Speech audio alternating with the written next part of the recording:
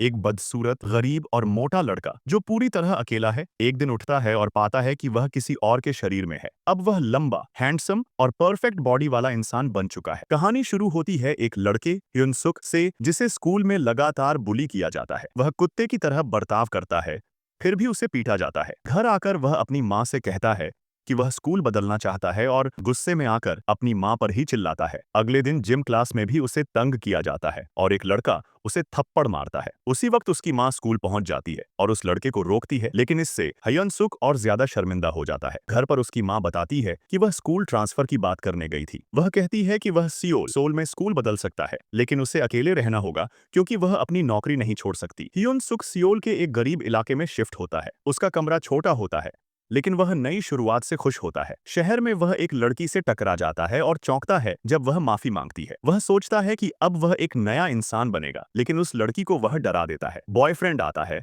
और उसे यह पसंद नहीं आता गर्लफ्रेंड को कैसे देख रहा था। वह उसे बुरी तरह पीट देता है और लोग उसका वीडियो बनाकर ऑनलाइन डाल देते हैं। ह्युन सुक बुरी तरह रोता है जब वह वीडियो पर लोगों की बुरी टिप्पणियां पढ़ता है। वह रोते रोते सो जाता है, लेकिन जब वह उठता है तो पाता है कि वह अब किसी और के शरीर में है। वह देखता है कि उसका पुराना शरीर उसके सामने जमीन पर पड़ा है। जब वह फिर से जागता है तो अपने पुराने शरीर में होता है और उसे लगता है कि यह सब सपना था, लेकिन फिर भी वह दूसरा शरीर उसके पास पड़ा होता है। उसे समझ आता है कि जब भी वह सोता है, वह दोनों शरीरों के बीच बदल जाता है। ह्युन सुक अपने नए स्कूल की फैशन डिजाइन क्लास में शामिल होता है, जहां सभी लड़कियां उसकी खूबसूरती से प्रभावित होती हैं। वह जब अपनी सीट पर बैठता है तो उसके बगल में वही लड़का बैठा होता है जिसने पहले उसे पीटा था। वह खुद को जिन के नाम से परिचित कराता है, लेकिन उसे नहीं पहचानता। उसकी गर्लफ्रेंड भी उसी क्लास में होती है। ह्युन सुक से एक लड़की हैना बात करने आती है और फ्लर्ट करने लगती है। जिन उसे टोकता है, लेकिन देखता है कि उसकी गर्लफ्रेंड भी ह्युन सुक में दिलचस्पी ले रही है। क्लास में हन्ना उसे दूसरे स्टूडेंट्स के ग्रुप के बारे में बताती है और पूछती है कि उसने फैशन डिजाइन क्यों चुना। पता चलता है कि उसकी खराब अकादमिक परफॉर्मेंस की वजह से वही एकमात्र विकल्प था। क्लास में वह थका हुआ होता है क्योंकि उसने पहले दिन अपने नए शरीर को अच्छे से परखा था।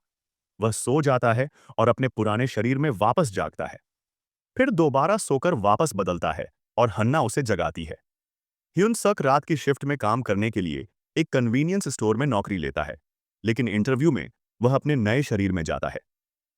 दुकान का मालिक उसे तुरंत रखना चाहता है, लेकिन वह कहता है कि वह नौकरी अपने दोस्त के लिए पूछ रहा है।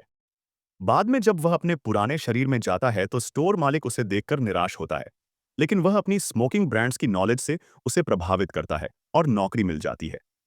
वहीं कुछ स्टूडेंट्स सिगरेट खरीदने आते हैं, लेकिन ह्युनसक उन्हें पहचान लेता है और आईडी मांगता है। वह उन्हें मना कर देता है। जिन भी उनके साथ आता है और ह्युनसक को पहचानता है, वह गुस्से में आकर उसे फिर से पीटता है।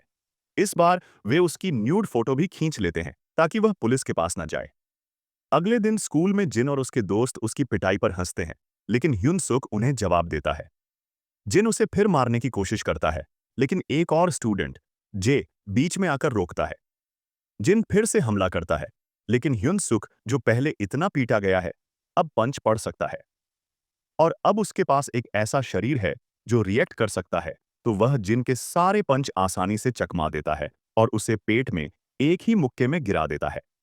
इस फाइट की खबर बाकी क्लासेस में फैल जाती है, खासकर वोकल क्लास और आर्किटेक्चर क्लास में, जहां स्टूडेंट्स अब ह्युनसुक को सबक सिखाने की सोचते हैं।